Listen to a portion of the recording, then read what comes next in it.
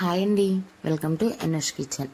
మనం ఎప్పుడూ రెగ్యులర్గా చేసుకునే చికెన్ కర్రీలా కాకుండా ఒక్కసారి ఇలా ట్రై చేసి చూడండి. చాలా టేస్టీగా ఉంటుంది.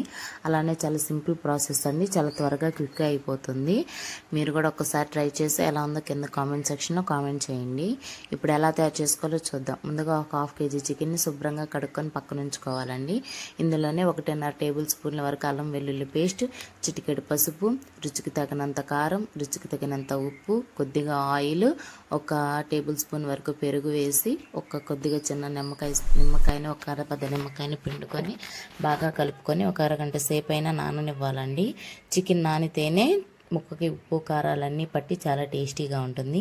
ఈ చికెన్ నానే లోపల మనం పక్కన స్టవ్ మీద ఒక కడాయి పెట్టుకొని 2 టేబుల్ స్పూన్ల వరకు ఆయిల్ని వేసుకొని 4 పచ్చిమిర్చిని చిలికలుగా చేసుకొని వేసుకోవాలండి. తర్వాత 2 పెద్ద సైజు ఉల్లిపాయలను కూడా చిన్న చిన్న ముక్కలుగా కట్ చేసుకొని వేసుకోవాలండి. ఉల్లిపాయలు అనేది బాగా వేగాలండి. ఉల్లిపాయలు వేగిన తర్వాత 2 పెద్ద సైజు టమాటాలను కూడా చిన్న చిన్న ముక్కలుగా వేసుకోవాలి. టమాటాలు వేసిన వెంటనే మనం ముందుగా నానబెట్టుకున్నాం కదండి చికెన్ని, ఆ నానబెట్టుకున్న చికెన్ కూడా ఇందులో వేసుకొని కలుపుకోవాలండి. చికెన్ అనేది బాగా ఫ్రై అవ్వాలి. మనకి ఇందులో ఒక చుక్క నీరు కూడా పట్టదండి. చికెన్లో నుంచి వచ్చే నీరే ఈ కర్రీకి సరిపోతుంది. మనం ఎక్స్ట్రాగా ఆయిల్ ఏం వేయాల్సిన అవసరం లేదు. ఎక్స్ట్రాగా మసాలాలు కూడా ఏం వేయాల్సిన అవసరం లేదండి.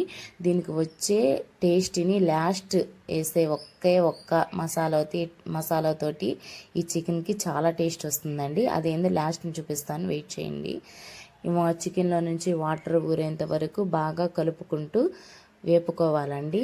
4 జీడిపప్పు పలుకులను కూడా వేసుకొని వేపుకొని కొత్తిమీరని కూడా వేసుకొని చికెన్లో నుంచి ఆయిల్ ఊరేంత వరకు వేపుకోవాలండి.